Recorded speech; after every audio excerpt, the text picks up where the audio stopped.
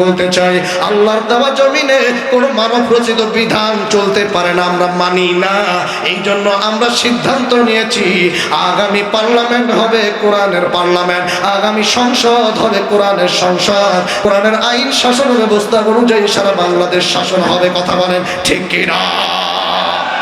এই জন্য বাংলাদেশের মানুষ সিদ্ধান্ত নিয়েছে আর কিছু দেখবো না, সব কিছু দেখার দিন শেষ।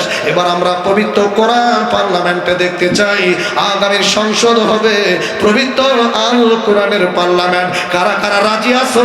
দুইটা হাত তুলে আল্লাহকে দেখাই দাও।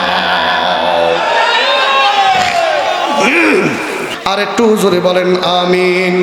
আমার ভাইরা বন্ধুরে, তাহলে বলতেছিলাম ঈমান পোক্ত করার দরকার আছে না নাই? আজকে আমাদের মধ্যে আমার ভাইরা বন্ধুরে ঈমান আজকে ঠিক না থাকার কারণে বাতিল আমাদের উপর হামলা করছে। এমন সমাজে মানুষ দেখবে 10-20 বছর ধরে নামাজ পড়ে বন্ধু, নামাজ পড়তে পড়তে কপালের মধ্যে দাগ উড়াইছে, কিন্তু এখনো পর্যন্ত ওই নামাজের ভিতরটা দেখবেন অহংকার আর হিংসা দিয়ে ভরা। কি আছে না? আছে না? নামাজ পড়ে কিন্তু ভেতরটা পরিষ্কার নাই, এরকম আছে না নাই? নামাজও পড়ে আবার পরের ক্ষতিও করে। নামাজ পড়ে মসজিদেও যায়, আবার তলে তলে সুদের ব্যবসাও করে। ও বাবা, এই কথা এই তো নাই।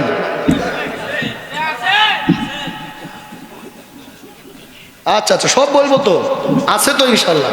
2 টাকা 4টা হাদিস বলবো ইনশাল্লাহ। কি আছেন না? না ভাগবেন নাকি? যাদের ভয় লাগতেছে বা যাদের মধ্যে ভেজাল আছে তারা জান গিয়ে কথা বল না। যাদের কোনো সমস্যা নাই, ভয় নাই, আল্লাহকে খালি ভয় করেন, তারা বসে থাকেন। কি ঠিক কিনা?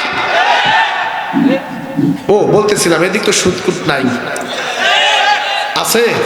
আচ্ছা, আল্লাহ পাক বলছেন